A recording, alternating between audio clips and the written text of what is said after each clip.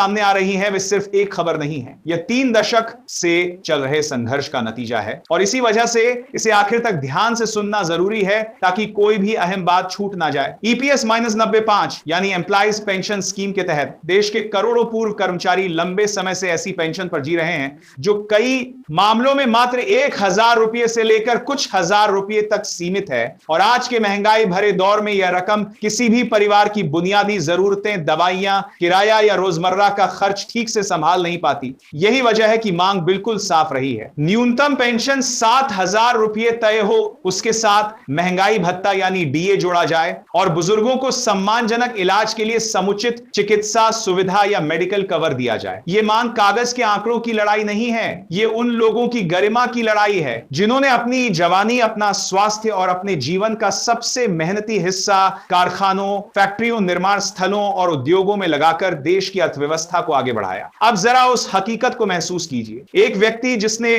35 से 40 साल काम किया, मशीनों के शोर में, धूल धक्कड़ में, गर्मी सर्दी में, ओवरटाइम में और कई बार जोखिम उठाकर आज वही व्यक्ति उम्र के उस मोड़ पर खड़ा है जहां शरीर साथ नहीं देता, दवाइयां बढ़ जाती हैं, अस्पताल के चक्कर बढ़ जाते हैं और घर का खर्च लगातार ऊपर जाता है, मगर पेंशन इतनी कम कि महीने का पहला हफ्ता निकलते ही जेब खाली, फिर बाकी के दिन उधार, मजबूरी और चिंता। सवाल सीधा है, क्या यही उस मेहनत का मूल्य है? क्या यही वह सम्मान है जिसका वादा हर मेहनतकश को होना चाहिए? यही वजह है कि यह मुद्दा धीरे धीरे एक संगठित, लगातार और मजबूत आंदोलन में बदला। नेशनल एजुकेशन कमेटी यानी एनएसी और उनके नेतृत्व में देश के अलग अलग राज्यों से पेंशन धारक एकजुट होते गए। उत्तर प्रदेश, बिहार, महाराष्ट्र, मध्य प्रदेश, पंजाब, हरियाणा, राजस्थान और कई अन्य क्षेत्रों से आवाज एक साथ उठी। अब और इंतजार नहीं, अब समाधान चाहिए। इसी क्रम में दिल्ली में 17 और 18 जनवरी को जंतर मंतर पर बड़े धरने और प्रदर्शन की तैयारी थी और बताया जा रहा है कि इस तैयारी ने सत्ता और प्रशासनिक स्तर पर दबाव और हलचल बढ़ा दी। अब जनवरी 20 की इस अपडेट में सबसे अहम बात वह घटनाक्रम है जो जनवरी 19 को सामने आने की चर्चा है। रिपोर्टों के मुताबिक आंदोलन की गंभीरता को देखते हुए केंद्र स्तर पर बातचीत की पहल तेज हुई और महाराष्ट्र के बुल्ढाना क्षेत्र से जुड़ी जानकारी सामने आई, जहां से यह बताया जा रहा है कि केंद्रीय श्रम एवं रोजगार मंत्री श्री मनसुख मांडविया और एनएसी के प्रमुख नेतृत्व के बीच सीधी वार्ता का रास्ता बना। कहा जा रहा है कि बातचीत लंबी चली और उसमें पेंशन धारकों की वास्तविक स्थिति, उनकी आय व्यय की कठिनाई और उनकी न्यायोचित मांगों को स्पष्ट और तथ्यपूर्ण तरीके से रखा गया। जो बात इस पूरे घटनाक्रम को निर्णायक बनाती है वह यह है कि पहली बार न्यूनतम पेंशन 7000 रुपए के मुद्दे पर सैद्धांतिक सहमति बनने की चर्चा सामने आई। ध्यान दीजिए, शब्द सैद्धांतिक महत्वपूर्ण है क्योंकि इसका अर्थ यह होता है कि दिशा तय हो रही है, मगर अंतिम रूप से लागू करने के लिए औपचारिक अधिसूचना, वित्तीय मंजूरी और प्रशासनिक प्रक्रिया पूरी करनी होती है। फिर भी इतनी लंबी लड़ाई में सैद्धांतिक सहमति का संकेत भी बहुत बड़ा कदम माना जाता है। साथ ही यह भी कहा जा रहा है कि डीए को पेंशन से जोड़ने और चिकित्सा सुविधा के किसी व्यापक मॉडल पर गंभीर विचार विमर्श हुआ और सकारात्मक प्रगति दर्ज की गई। एक और बात जो बार बार लोगों का उलझन में डालती रही है वह पात्रता और लागू होने की शर्तों को लेकर है। इसी संदर्भ में चर्चा यह भी है कि योजना के पात्र लाभार्थियों को बिना भेदभाव उनका हक देने की बात सामने रखी गई, यानी जिनकी ईपीएस -95 के तहत पात्रता बनती है उन्हें बढ़ी हुई पेंशन के दायरे में लाने का उद्देश्य रखा जा रहा है। अब असल तस्वीर तब साफ होगी जब आधिकारिक नोटिफिकेशन में शर्तें, कट ऑफ गणना का तरीका और लागू होने की तारीख स्पष्ट होगी। इसलिए आज की तारीख 20 जनवरी को सबसे जरूरी बात यह है कि उम्मीद के साथ साथ सावधानी भी रखी जाए। इसी बीच यह भी बताया जा रहा है कि वार्ता में सकारात्मक संकेत मिलने के बाद 17 और 18 जनवरी के लिए जो दिल्ली स्तरीय कार्यक्रम तय था उसे स्थगित करने का निर्णय लिया गया। यह निर्णय कथित तौर पर सरकार की तरफ से भरोसे और त्वरित कार्रवाई के आश्वासन के आधार पर लिया गया। यहां समझने वाली बात यह है कि आंदोलन का दबाव और संवाद का रास्ता दोनों साथ साथ चलते हैं। जब संवाद ठोस दिशा में बढ़ता है तो आंदोलन अक्सर रणनीति बदलता है, मगर उसकी निगरानी और सतर्कता बनी रहती है। अब सवाल एक आगे क्या कहा है, और यही वो हिस्सा है जहां कई लोग गलतफहमी का शिकार हो जाते हैं।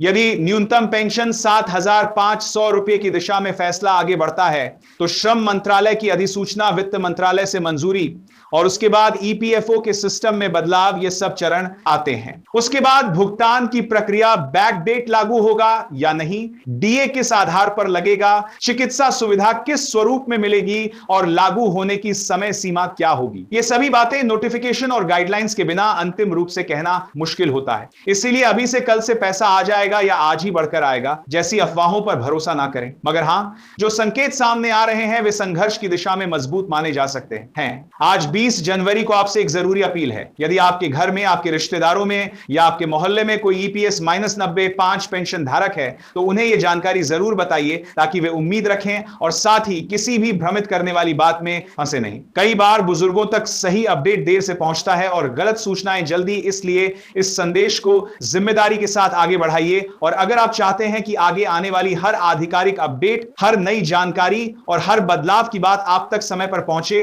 तो अभी सब्सक्राइब कर लीजिए ताकि कोई भी जरूरी सूचना मिस ना हो। यह भी याद रखिए, वादे और अधिसूचना के बीच का समय बहुत नाजुक होता है। जब फाइलें चलती हैं, गणनाएं होती हैं, वित्तीय भार का आकलन होता है और शर्तों का मसौदा तैयार होता है। इस दौरान पेंशन धारकों का एकजुट रहना, शांत रहना और जागरूक रहना तीनों जरूरी है। शांत इसलिए कि प्रक्रिया आगे बढ़े, जागरूक इसलिए कि कोई बात दब ना जाए और एकजुट इसलिए कि मुद्दा कमजोर ना पड़े। अगर आप इस पूरे मामले को लगातार साफ और सरल भाषा में समझते रहना चाहते हैं तो सब्सक्राइबर बनिए, क्योंकि आगे की अपडेट में अधिसूचना की भाषा, पात्रता और लागू होने की तारीख जैसी चीजें सबसे ज्यादा मायने रखेंगी। एक सामाजिक पहलू भी बहुत बड़ा है। यह सिर्फ एक स्कीम का सुधार नहीं बल्कि उस सोच का इम्तिहान है जिसमें मेहनतकश को रिटायरमेंट के बाद भी सम्मान और सुरक्षा मिलनी चाहिए। लोकतंत्र में जब लाखों लोग शांतिपूर्ण तरीके से संगठित होकर अपनी बात रखते हैं तो सिस्टम को सुनना पड़ता है, और अगर सही दिशा में कदम बढ़ता है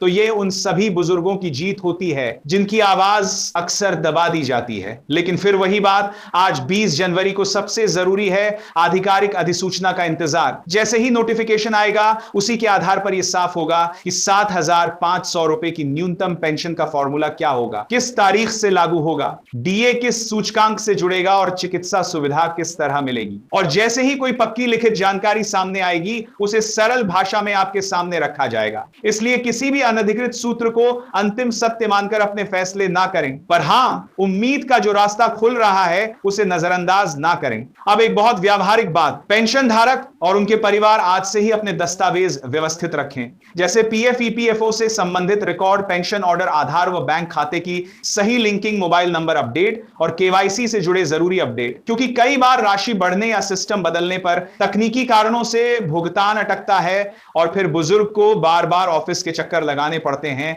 अगर तैयारी पहले से रहेगी तो परेशानी कम होगी। आगे की अपडेट में दस्तावेज और प्रक्रिया से जुड़ी जरूरी बातें भी बताई जाएंगी। इसलिए सब्सक्राइब करके जुड़े रहिए ताकि उपयोगी कदम समय पर उठाए जा सकें। और हां, अगर आपके आसपास कोई बुजुर्ग अकेले हैं या उन्हें समझने में दिक्कत होती है तो उनके साथ बैठकर यह जानकारी आराम से समझाइए, उन्हें भरोसा दीजिए और यह भी बताइए कि अभी सबसे सही तरीका है आधिकारिक नोटिफिकेशन का इंतजार करना। जरूरत पड़े तो उनके लिए ईपीएफओ पोर्टल पर केवाईसी डिटेल्स चेक करने में मदद करें। बुजुर्गों का सम्मान सिर्फ बातों से नहीं, ऐसे छोटे कामों से भी बनता है। और अगर आप चाहते हैं कि हर नई जानकारी आपको तुरंत मिले ताकि आप अपने बुजुर्गों की सही मदद कर सकें, तो एक बार फिर कह रहा हूं, सब्सक्राइब जरूर कर लीजिए। इस पूरे घटनाक्रम को एक संदेश की तरह देखिए। 3 दशक की आवाज आखिरकार उस स्तर तक पहुंच सकती है जहां निर्णय की दिशा बदलती है, मगर आखिरी जीत तभी मानी जाएगी जब बढ़ी हुई पेंशन वास्तव में खातों तक पहुंचे और बुजुर्गों को राहत महसूस हो। इसलिए उम्मीद रखिए, सतर्क रहिए और सही जानकारी पर टिके रहिए। अब अंत में बस इतना, यदि यह जानकारी आपके काम की लगी हो तो इसे उन सभी लोगों तक जरूर पहुंचाइए जिनके घर में ईपीएस 90/5 पेंशन धारक हैं। और अगर आप चाहते हैं कि आगे भी हर नई जरूरी और काम की अपडेट सबसे पहले आप तक पहुंचे तो सब्सक्राइब करना ना भूलिए। सब्सक्राइब करके जुड़े रहिए और नोटिफिकेशन भी ऑन रखिए ताकि कोई भी महत्वपूर्ण सूचना छूट ना जाए। धन्यवाद। और उन सभी बुजुर्ग श्रमिकों को नमन जिनके संघर्ष ने इस मुद्दे को यहां तक पहुंचाया। जय हिंद। Okay bulletin.